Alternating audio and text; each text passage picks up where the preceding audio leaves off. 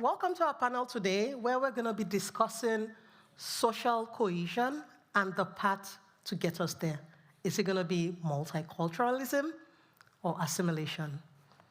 Now, we know integration and assimilation are very complex. They pose very complex challenges, and especially in regions where kind of that discussion is still at its foundational stage. So today, we have the pleasure of listening to an esteemed panel of change makers discussing this topic today. So first, we've got Monica Ife-Jilika, who is a senior advisor to the Norwegian Department for Infrastructure and Diversity. She's a cultural icon in Norway and a performing artist. Yes, you are. Giving you your flowers. And then we've got Ambassador of Canada to Norway, Her Excellency Amy Baker. And then we've got Marcus Jarl, who is the Associate Partner Organization and People at EY in the Nordics. So please welcome my panel. All right. So Monica, I'm going to start with you, right? So in Norway, the systemic conversations around these topics of integration, multiculturalism, assimilation are still in their infancy, right? Unlike in countries like Canada, and we're going to get to you, Ambassador, the US, even Nigeria, where that discourse is kind of further along. So given this nascent stage in Norway, what tangible steps should be taken to foster genuine cohesion? What do you think are some of the tangible steps at this stage in Norway? And I want to start with you before we go to a more kind of experienced culture with Canada. Right. Yes, hi everyone. I just wanted to add that I work for Arts and Culture Norway, Kulturdirektoratet, Yes. in the specific role as an advisor in this task that we've been given by our Ministry of Equality and Culture. I can hear you fixing my sound while I'm speaking, so I'm going to keep speaking. And I'm in this specific task as a national coordinator for diversity, inclusion, and participation in the art sector. And when we first had a pre-discussion around this, my first instinctive reaction was that, how can I talk about multiculturalism versus assimilation? In Norway, we don't have any history of that at all. There's no cohesive governmental plan on how to create a society. And then after we spoke last, I was hit in the face by, that is such a huge lie. Because we have been practicing assimilation for so long. Our national minorities, our indigenous peoples in Norway have been violated against and are still in many ways violated against very extremely. So that we have been practicing a kind of assimilation, but different minority groups in the country have experienced this in different ways. It's not a sexy and cool thing to have to do, but in Norway we need to map out and research how this history has impacted us. We need to research how racism on all the isms that exist in our society are impacting us as a society and as individuals. And we are taking small steps to do that, but it's often very, very narrow windows that we are exploring, and I think that we can do much, much more. And when at some point our isms have been mapped out and we are recognizing how this is impacting us as a society, how they're making us move, then the next step is about dialogue and giving voice to the voiceless. And in my work, what we're seeing is that one of the most important roles that we can play is to host dialogues, just to make sure that the people who should be speaking together. I am not the person to decide how the Romani Tater in Norway, how the culture should grow or should be, how the language should grow and should be protected. It needs to be the peoples themselves, and to listen. But we can't have a good conversation. We can't listen properly if we don't understand how we ourselves and our society has been impacted by our history and the things that are happening around us. So it's not very sexy. It's not. You can't just go out and start that work right now. But where I am, and anyone who has a voice, who can scream and say, we need research on this, we need to understand how this has impacted us, needs to be given a voice. Absolutely. Well, thank you so much, Monica. And we're going to come back to your work later, in terms of how you see this in the creative space and how people are actually doing this in the creative space. So we'll come back to that. Thank you so much. And our ambassador, Canada, as we know, is already further along when it comes to this discourse in terms of multiculturalism, as well as implementing initiatives to balance and protect human rights and intersectionality. So, from a Canadian perspective, can you share some concrete examples, whether there are policies or existing programs in place that address systemic discrimination and foster multiculturalism? Sure, thank you so much. And I just want to say first, it's such a pleasure to be here again this year. This was the first event I spoke at when I arrived last year, and I was so excited to be here again, and especially to be here on this panel. I think what I'd start with, though, is what you were saying about history, which I think is really, really important.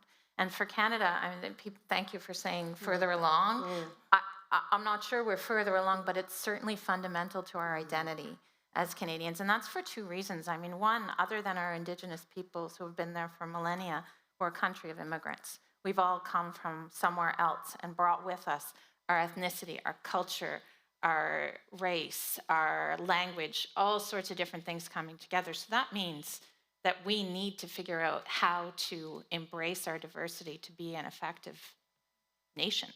The other side of that is that, unfortunately, we have a very dark history of treating those Indigenous peoples pretty horribly. And that assimilation attempt is something that we're still learning from every single day in Canada.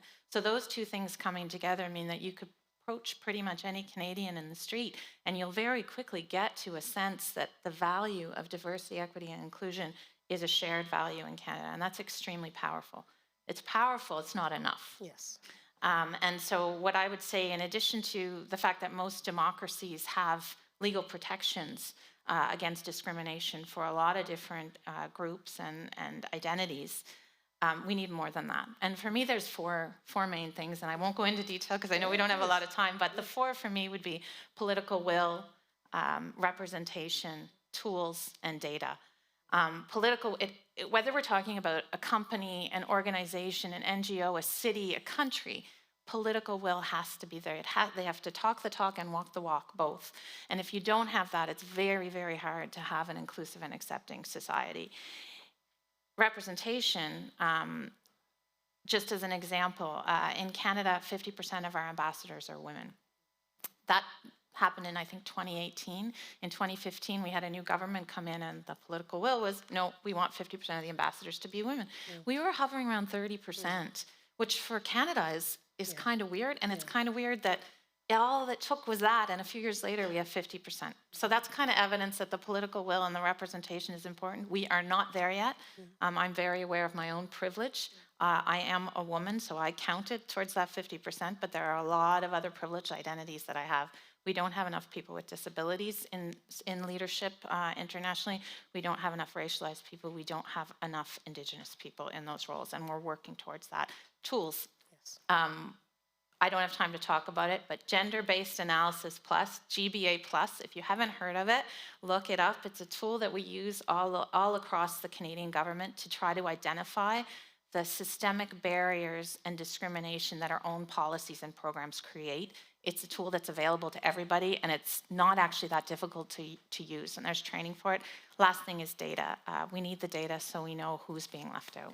Yeah, no, absolutely. And just to stick with that data, do you think officially collecting government statistics on intersectionality has been helpful in this? I love this question. I love this question because it gives me a chance to give a really powerful example, which is that in 2021, Canada added to our census, which is a national census to collect information on the whole country, not just sex at birth, but gender, including trans and non-binary as options. That's extremely powerful for a lot of reasons. It doesn't include everything, but for the first time, there are people who can tick off a box on their national census that makes way more sense to them than just male or female. And that is huge for that reason, but it's also huge because then we have some data and we can see where people might be facing barriers. So we know now that in Canada, young people between the ages, I think it's 20 and 24, it's around 25% of young people that are experiencing cyberbullying. It's over 50% for trans and non-binary young people in the same age group. That gives us the power to make policy changes, but it gives advocates the power to demand that we make those policy changes because we can see the number of people who are impacted and the discrimination there. So data is extremely important and extremely powerful, and that's one of the real concrete things that I think we can do to try and move things forward. Yeah, thank you. And I hope there are some Nordic politicians in the room listening to this. We need those statistics. All right, no, thank you so much. Now, going to Marcus, we're going to bring this discussion into a business corporate setting, right? Integration allows us to bring all our identities, all our intersections into a room, whereas assimilation says you have to pick the ones you can bring into the room, right? Yet, the discourse is a lot more nuanced within business because companies have goals and strategies and visions and missions that we all need to align to meet. Now, today, in the keynotes, we talked about collective intelligence. I'm sure you heard that being thrown around. And that's quite important because you solve complex problems with collective intelligence, right? But you also said that while kind of forced assimilation can be negative, there are situations where it might be necessary to function as a cohesive unit. So, Marcus, please let us into your brain in terms of the conflicting message, or is there, between business assimilation and collective intelligence? Can you kind of... No? Yeah. I can elaborate. Yes. No, and also Monica was referring to this prep meeting that we had, and we had a very good discussion, I think, regarding the title and multiculturalism and so on. And coming in from this, from a business perspective, I think it's interesting. I think I had some thought about multiculturalism is one of so many aspects of diversity.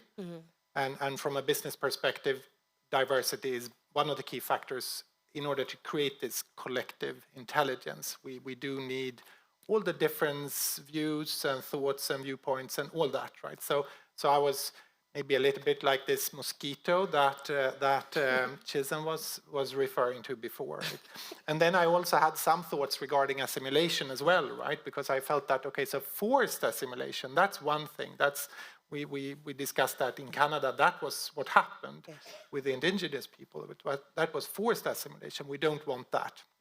But assimilation in a business setting is more about alignment and maybe adjusting courses, because what happens, of course, in businesses and also in the government and public sector, I think it's important that we have this common purpose. Why do we exist? Whom do we serve? Who would miss us if we didn't exist, right? So that kind of alignment in an organization is so important.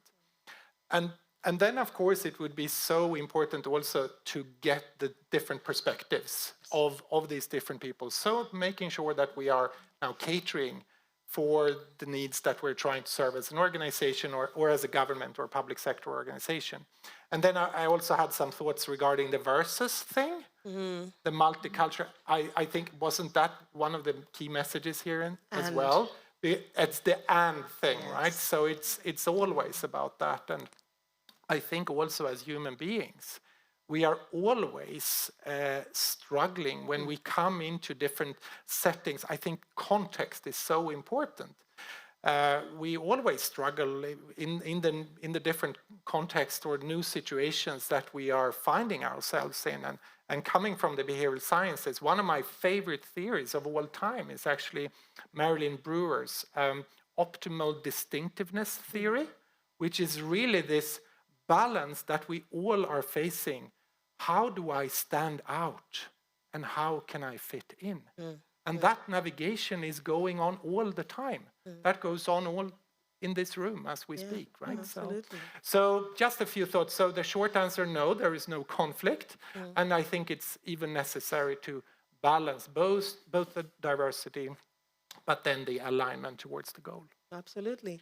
I know while you were talking, I thought of the game Tetris, right? So I don't know if you know the game Tetris, and there's some quotes going around about that game. It's an old OG game where the blocks are falling down and you have to kind of get the blocks to align and fit.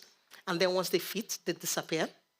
And so two things that Tetris is, well, if you fit in, you disappear, so you lose who you are in a space. But at the same time, once it fits, then it's aligned. So, and this is kind of the nuance with this discussion. I like the first quote better, all right?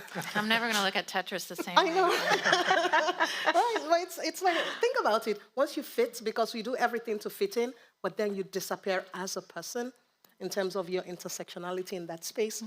But at the same time, in a business setting, then you're aligned. I don't know. We'll see. It's interesting. Interesting. So back to you, Monica, right?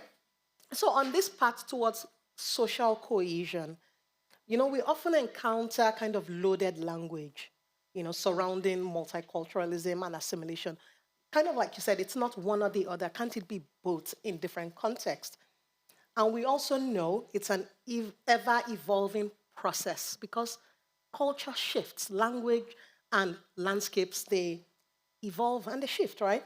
So in your experience, Monica, and with your expertise within the creative kind of cultural space, how do you perceive this journey and dynamics at play, especially with the next generation of artists and creatives about intersectionality and, so tell me what you've been. I've been a cultural bureaucrat now for about 3 years. Before that, I worked more than 2 decades as a performing artist in the music and basically performing arts. And when I first started out, this was professionally in 1999. The rooms that I went into, that I tried to enter into, they had no idea what to do with my body, to do with my hair, to do with my complexion, my cultural hair, the luggage that I had, the cultural luggage that I came in with. So there was no room at all, So it was a situation where I had to lead with my identity. I had to help every room find space for me, and where there wasn't space, we would create our own space. And so, okay, this is our stage, this is our group, and we're going to do what we're going to do. We're going to create our own niche, and everything that I created for 15 years was about blackness, was about being a woman, was about being a light-skinned black woman, all of these identifiers. Luckily, more and more, what we're seeing as time goes along, as society learns more, as my industry learns more, and the knowledge on the inside of the rooms is growing. I can enter those rooms in a different capacity. And so what we're seeing now, luckily, is that young artists now are coming into these rooms, coming into our sector with an expectancy to be able to work as artists. Without the identifiers, without having to lead with the very thing that causes their own discrimination, if that makes sense. So that's an amazing shift that has been happening. But then I love that imagery. And it's so interesting what you're saying about everyone brings something into the room. So part of the diversity work that I'm very invested in is about how do we receive people. When I meet a person from a national minority, whose cultural background is very different than my own, whose minority situation and history is very different than my own, the one thing that I have that maybe another person doesn't have is an understanding of being an outsider, basically. So, but that muscle, all it gives me is the reminder to stop expecting, to let the conversation happen, for me to be clear that when a person meets me, I know I work for the government, I'm in the art sector. I know if you, especially, for instance, I'm using a lot of national minorities as an example, but it's because we have such a grueling history. But if you come to me and we have a conversation, I have to know when I start the conversation that you are suspicious of my intentions. It doesn't mean that I'm going to shift my perspective necessarily, but it's about having that knowledge when I go into the conversation. So I'm just staying open to learn. And I love that last keynote with all of those prompts, those reminders, which for me was like, okay, this ticks off all the ways that we're trying to work right now. About just being open to what happens in that conversation is for me to learn and for us to find out what can we do to elevate you where you are. So there's a shift happening, but we have to use those shifts and recognize when they're happening so we can learn to use that knowledge to to create the openings and make those meetings in the workplace, in our countries, easier, if that makes sense. No, absolutely. No, thank you so much for that. And I'm just thinking about artists that just want to be known as an artist instead of I'm an African Black woman artist. I think they also want to tap into that privilege of just being, right? And it reminds me of before my life now, I used to be a programmer. And when I started as a programmer, I was seen as the Black African programmer in a group of kind of white programmers. But then over time, I was just Lola. And I think that's where we all want to get to is don't just see all of that or what society has created for me first. Just see me as a person. Give me the space to fully be myself in those rooms. And I think a lot of those artists, I just want to be an artist and be known for creating beautiful work, instead of always having to pull my, kind of all my intersections or my culture into the discussion. And if I could just add that for a lot of people, and for me, it's still natural to make that part of my art as well. Yes. But the knowledge that it's art, it's not something else. It's not diverse art. It doesn't have to have those very specific labels that we can be very good at placing on art made by people of color, for instance. Yes. It's not something other, but it's still art in a personal context, which is what most artists do anyway. Yes, no, absolutely. No, I love that. Ambassador. Yes, we're back to you. Making me go after that. That was amazing. It was amazing, yeah. So we're going to go back to talking about indigenous peoples because, Canada has the long history. And we also heard from one of the keynotes today, Aslan. When it comes to assimilation versus integration, and we're going to have to use versus in this context of indigenous peoples and communities. What are some of the lessons that Canada has learned? And I want kind of concrete lessons, from its past, as well as what you think the Nordics could learn from Canada. Yes, I know you said you don't feel like you're further along, but on paper, Canada, the US, some of those countries are further along in the debate, in the discourse. So what have you learned, Canada, and then what do you think, and concrete examples if you can, and then what do you think the Nordics could learn from your mistakes? There's a lot to learn from our mistakes. I think the first thing I'd say is assimilation versus multiculturalism. That approach should never be defined by the mainstream society anyway. So I don't have an opinion on which ism or how to, that's not for me to say. What I can say is that in Canada, I think there's probably two big lessons that I think of immediately, and I think they're applicable for everyone. I mean, the one that you hear all the time in different contexts, so much that it almost sounds trite, which is a shame because it shouldn't, is nothing about us without us. And that doesn't mean make sure that you check the box that you talk to this person, and that doesn't mean invite people to your meeting to talk about your policy that you've already developed to get their feedback. That means go to communities that are going to be impacted by something you're working on and ask them what they think the right thing to, and ask them and engage them in ways that they are able to respond in a way that doesn't put a burden on them either. So that nothing about us without us is fundamental and needs to be integrated from the very outset into the initial conversations you have about something to the very end when you're evaluating it. And you have to not just kind of go out there and ask, but provide the supports that are required for people to be able to contribute meaningfully to what you're doing and talking about.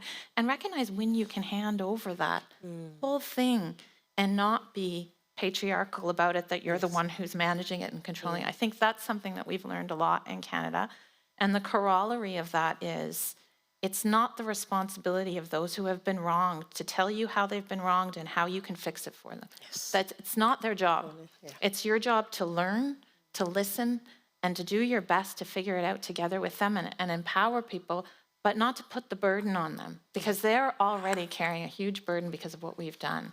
And so to walk the road of reconciliation together, you really need to be there as a full partner with humility, being humble, and recognizing that a lot of the problem that's there has been created because of perhaps even your own good intentions as a mainstream society. So those are kind of esoteric as lessons, but they have to underpin anything that you do as a national government in moving forward on an issue like this. I think it's deeply important. Yes. Lessons for other countries, and I think we all need to learn together, and we all need to be very open and not afraid to recognize the fact that we have done things wrong. We will continue to do things wrong. I mean, that's just part of being a human being in an organization and a bureaucracy but that's okay as long as you're still learning along the way and creating the mechanisms for everybody to be part of that. Sorry, that's a bit long. I love it. No, we've got time. No, absolutely. And one thing, just kind of, you mentioned earlier about having political will to do it and being able to just give up the control of it. It reminded me of another quote. I love finding all these random quotes, where somebody said, if you've got statistics showing why diversity and inclusion and equity and all of this is important, and you still don't want to use it, then it's not about, you'll rather lose money than lose power, and just own up to it, all right? And so this is where this kind of transparent dialogue can say, you know what, that's why statistics is important, because we can clearly see these are the communities and groups that are affected. This is how we can be better. And that's why we have to, data is always important. And this is a discussion we talk about a lot in the Nordics, getting enough data. So now, in the business context. So I often think of companies like knitting clubs, right? Where, yes, right? So a knitting club. We know it's a knitting club. The goal, the strategy, we know that that's their mission, to go in and knit and be the coolest knitting club. But then we bring in different knitting patterns, innovative ways of keeping the club interesting, right? So kind of based on your experience with this kind of metaphor, and there can be positive or negative examples, but can you share some, because of the work you do, can you share some concrete examples that you've seen of multiculturalism at work, working well, while still being that knitting club? Now that's a great question, and I'm just taking two examples of organizations that I think also has managed to navigate both dimensions of moving in the same direction, and also incorporating multiculturalism and also a number of other diverse perspectives. I think Apple is an interesting example.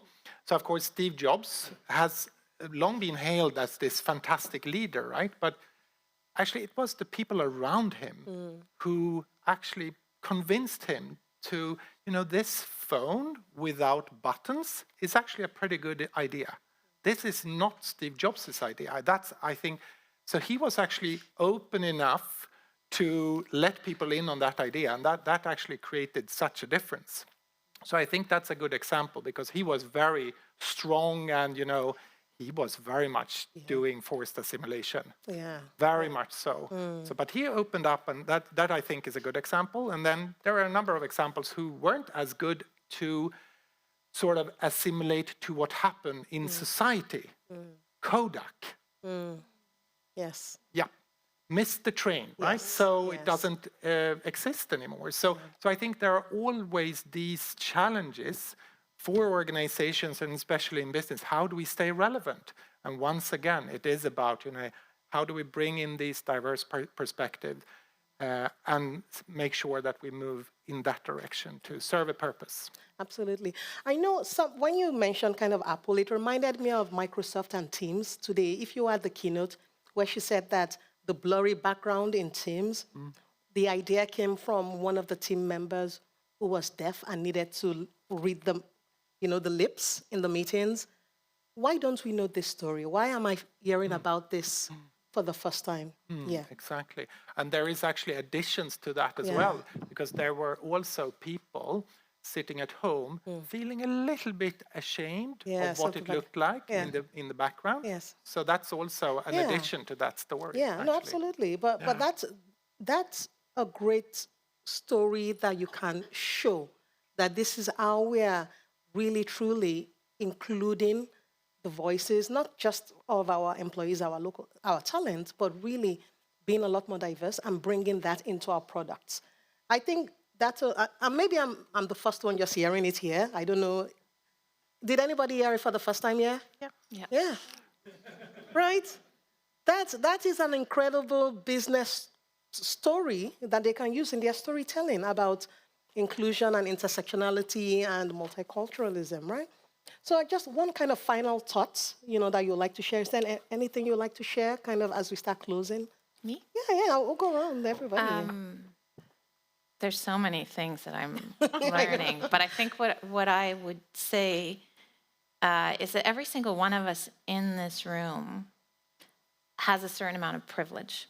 And I think most of the people at this conference understand or have some idea of what their own privilege looks like. But I bet you a lot of our colleagues don't.